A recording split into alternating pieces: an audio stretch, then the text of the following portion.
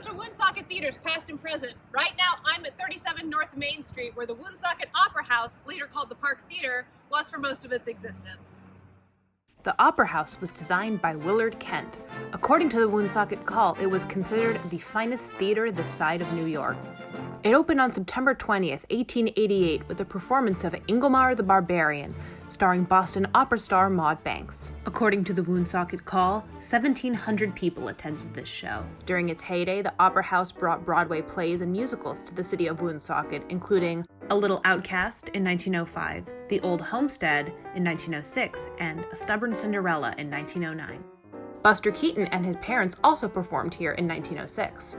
Starting in 1913, the Opera House transitioned to vaudeville performances and films and was renamed the Park Theater.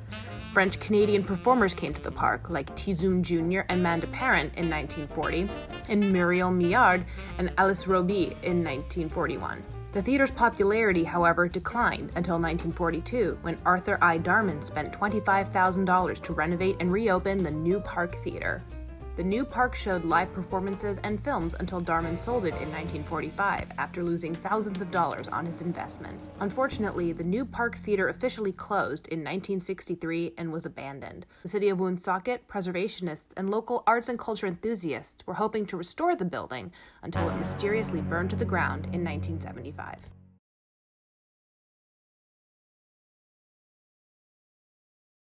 Right now, I'm outside Chan's, home of Egg Rolls and Jazz at 267 Main Street, and behind me at 273 Main Street is the former location of the Bijou Theater. The theater that later became the Bijou was originally called the Electric Theater, which opened around 1907 or 1908. After changing its name to the Bijou, it became the main hotspot for vaudeville in Woonsocket, while also showing films on a regular basis. Some of the programs at the Bijou during its long history included Fred and Adele Astaire in 1915, who danced, Chappelle and Stinnett, who performed with an integrated bill in 1918, and Haji Ali, who regurgitated fire in 1927. The Bijou was remodeled in 1937 to much fanfare, with air conditioning, soundproofed acoustics, and beautiful decor. According to the Woonsocket Call, every possible provision has been made for the safety, service, and convenience of Bijou patrons. The Bijou last appears in a Woonsocket City Business Directory in 1964. Fortunately, Chan's, formerly the New Shanghai, which was purchased by John Chan's father Ben in 1965, was located on the adjacent site. Following his education at Providence College, John Chan returned to his family's restaurant in 1974 and soon added live jazz performances on weekends, recruiting some of the top names in jazz and blues to come play at Chan's. The series soon became known as Egg Rolls and Jazz. To this day, the spirit of the Bijou lives on in Egg Rolls and Jazz. Hi, right now I'm at 41 Main Street, the former site of the Rialto Theater. But when it opened in 1908, it was known as Lynch's Theater. It was an elegant 750-seat building designed by the architectural firm Fontaine and Kennicott. The opening night was truly exciting. The Woonsocket Call reported that there was a mad dash to get inside the building, as there weren't enough seats for the massive humanity waiting outside. Those who were tightly wedged in front were literally pushed through the vestibule entrance. Woonsocket's own Eddie Dowling performed at Lynch's in 1909. Lynch's was renovated and reopened in 1913 as Smith's, increasing its capacity to 1,050 seats and focusing on showing movies. Smith's reopened later as the Rialto in 1923 with 900 seats. The Rialto began showing foreign films such as Jenny Lamour in 1948 and The Bicycle Thieves in 1955. The Rialto closed for good around 1955, possibly as a result of that year's massive flood. Hi, right now I'm standing at 40 Main Street, the former site of the Woonsocket Music Hall, later known as the Olympia Theater.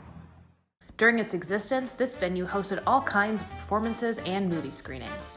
The Louisiana Jubilee Singers performed at the Music Hall in 1888, along with a performance of Uncle Tom's Cabin.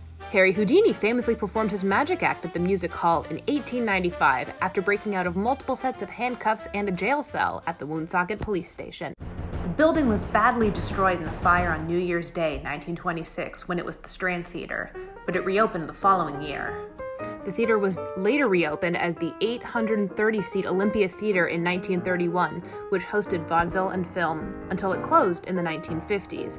According to the Providence Journal, by the time it closed, the Olympia had become known as the Scratch House because of the fleas that shared seats with the patrons.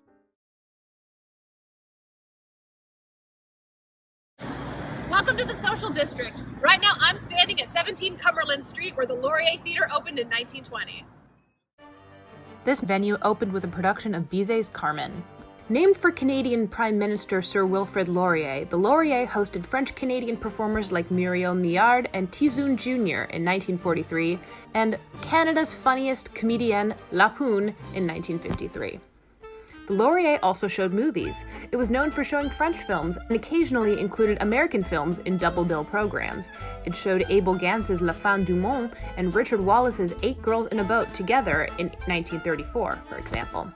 According to the Providence Journal, James C. Byrne, former Woonsocket Historical Society president, referred to the Laurier as one of our finest movie houses. Sadly, the Laurier was destroyed by flooding after 1955's Hurricane Diane. Fortunately, the grandeur and the spectacle of Woonsocket's golden age of theater can still be found here, at the Stadium Theater, which opened in 1926 at 20 Monument Square. The stadium was a passion project of Arthur I. Darman, who invested $1 million in the project. The Woonsocket Call praised it as one of the most attractive theaters in New England when it opened.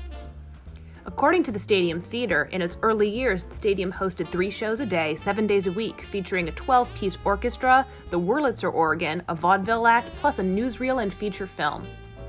Darman was particularly enthusiastic about vaudeville, which continued at the Stadium Theater even after vaudeville became less popular around the country.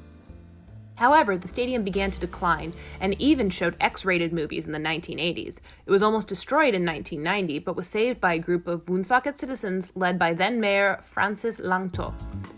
After years of renovations, the reopened stadium became a popular destination once more, hosting the premieres of There's Something About Mary in 1998 and Stuck on You in 2003.